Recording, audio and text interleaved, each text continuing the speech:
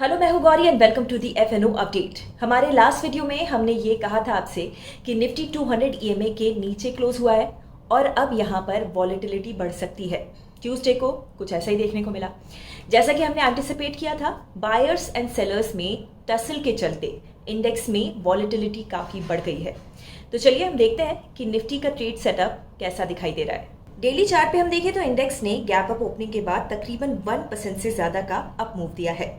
पर fag and में index ने अपने सारे गेंस को सरेंडर भी कर दिया।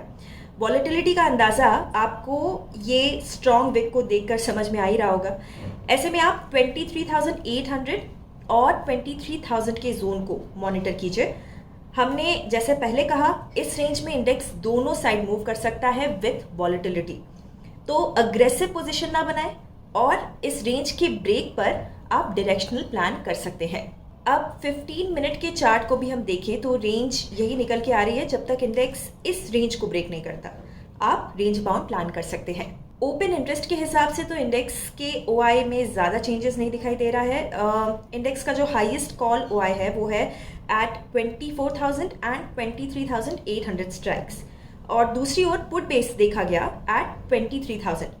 साथ ही इंडेक्स में सिग्निफिकेंट कॉल और पुट ओआई देखा गया एट 23,500 स्ट्राइक।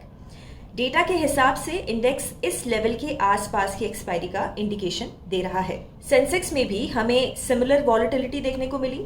जैसा कि आप देख रहे हैं कि आपने 200 ईएमए के पास इंडेक्स में दोनों डायरेक्शंस में मूवमेंट देखा जा रहा है। यहाँ बायर्स एंड सेलर्स में अगले ट्रेंड को डिसाइड करने की वजह से ये शार्प स्विंग्स देखने को मिल रहे हैं।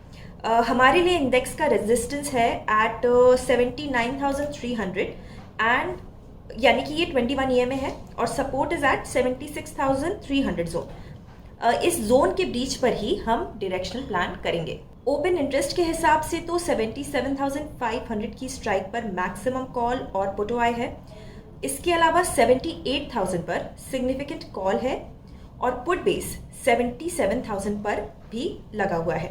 ब्रॉडली यहां से भी इंडेक्स रेंज बाउंड का ही इंडिकेशन दे रहा है with sharp swings in both the directions.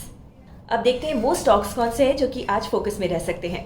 Long builder देखा गया in Dalmia Bharat, federal bank and Divi's labs. Short builder देखा गया in SBI life, Indraprastha gas, Max financial services, Vodafone Idea and bank of Baroda. Nifty 200 के basket में volume और price के हिसाब से वो स्टॉक्स जो कि मोमेंटम में रह सकते हैं वो है डिलीवरी, जीएमआर इंफ्रा और साथ में वरुण बेवरेजेस। अब आप अपस्टॉक्स ऐप में ट्रेडर्स मोड पर इजीली अपस्टॉक्स न्यूज को एक्सेस कर सकते हैं, जहां आपको markets, business, personal finance, IPOs etcetera से जुड़े सारे न्यूज एंड अपडेट्स एक जगह पर ही मिल जाएंगे।